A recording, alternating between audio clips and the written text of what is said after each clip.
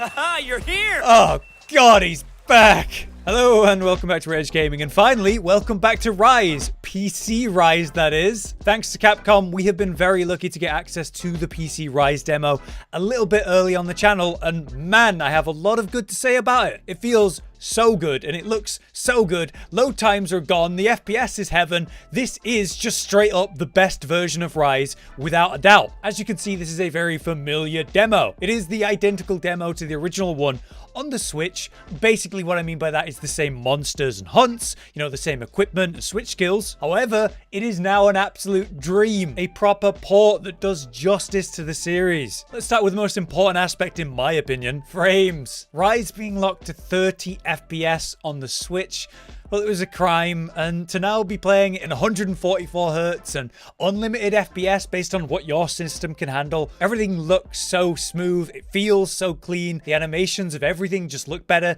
it just feels so much nicer. After returning to World recently, it actually hit me just how good of an experience that was to play a current gen version of a Monster Hunter game. Rise did a lot for the series and was incredible, but it being trapped on the Switch did hold it back. While I think the Switch version was as good as it really could be, it pushed the Switch to its maximum, I cannot stress enough how much better it feels to play on the PC now. Then you've just got the visuals, which are just so nice. The monsters, the equipment, the colors, the animations, the detail on everything is so much clearer. This game plays on the highest settings possible. You can easily drop the settings down manually or overall, depending on your setup and needs. When we drop it all the way down to low, it feels like a level even below the Switch. It's quite fuzzy, but should you need this for, say, a very low-end PC, it is of course available. While medium reminds me more of the Switch version, and high is the quality goodness that we should expect from this port. If we take a look at the advanced settings, we can adapt many things like the image quality, textures, texture filtering, the ambient occlusions, shadow quality, shadow details, all kinds of general graphic settings that you're going to want to manipulate for whatever your computer needs. What's really cool about it is how we have a little image that shows you what these changes actually do, and that'll help you decide which changes to make for the best experience. These of course all will affect your memory usage and CPU load, which is shown at the top, indicating just how much this PC version of Rise is affecting your computer and how well it's handling it. But there's also a few extra settings to play around with as well. Lens distortion, vignette effects, the depth of field, and if you want to give the game that film grain effect that you see in the monster intros, for example. It's just very nice to see this level of detail and have these extra options for those who might want to make more of a cinematic experience. And while it's not a massive amount of options, it's still very nice to have. I'll tell you what's really nice to have though, the very simple setting to swap the button visuals between Xbox and PlayStation for our inputs. This is a very important detail that otherwise needed a mod to actually implement. It's so nice to be able to do this and then not be confused when I'm using my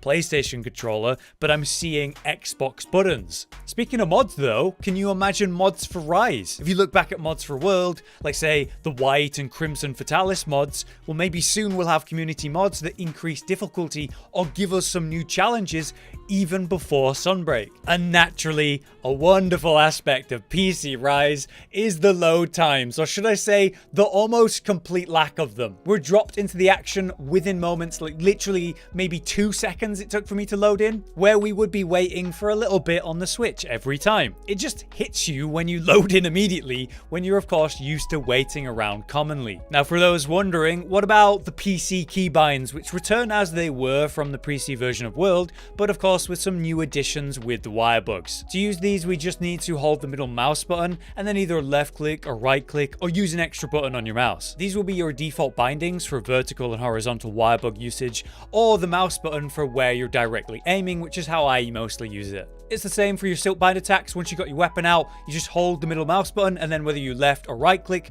will depend on whatever silk bind attacks you've got. I will say it definitely feels a bit weird to me, but to be fair, I've never played Monster Hunter on a keyboard really, having always preferred the controller.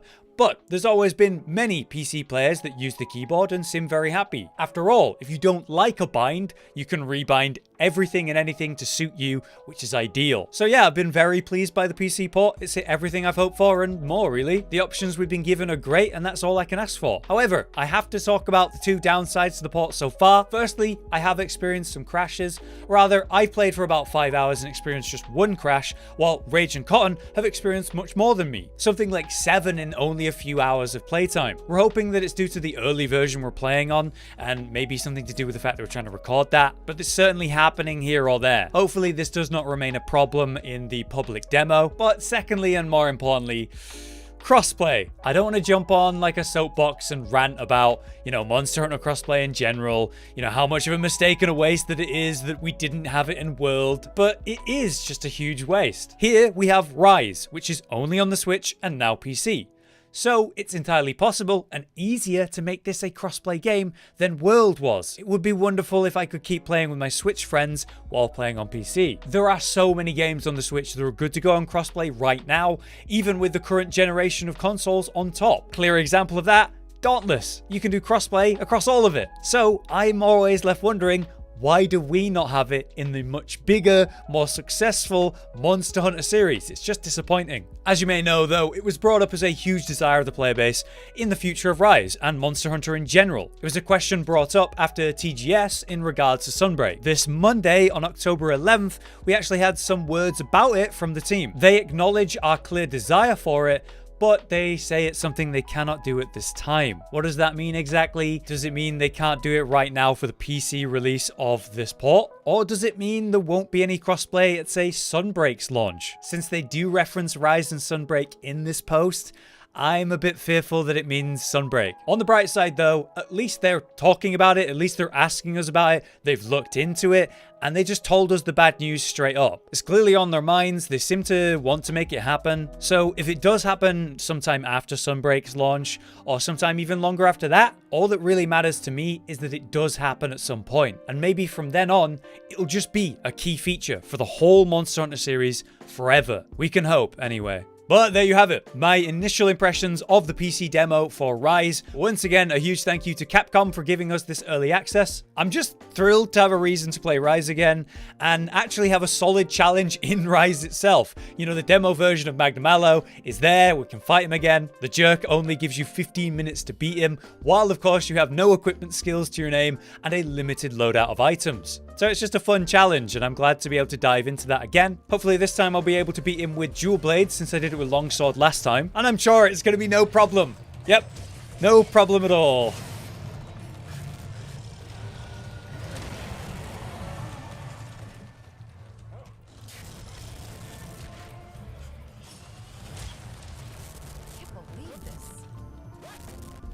It's been a really good year for us. The release of Rise originally, the release of Stories 2, the PC version of Rise not long after, and then after that, we've got Sunbreak. For now though, thank you for watching. I've been Hollow, you've been you. See you next time. Josh, Cotton, and Hollow with the videos, dropping the humor like a hammer on your tippy toes, bringing entertainment on a daily arrangement to take our insanity and turn it into entertainment. Yes, I said entertainment twice, to reiterate that it is nice to look into your faces on a mostly daily basis when you let us in your homes to make the whole world a stage.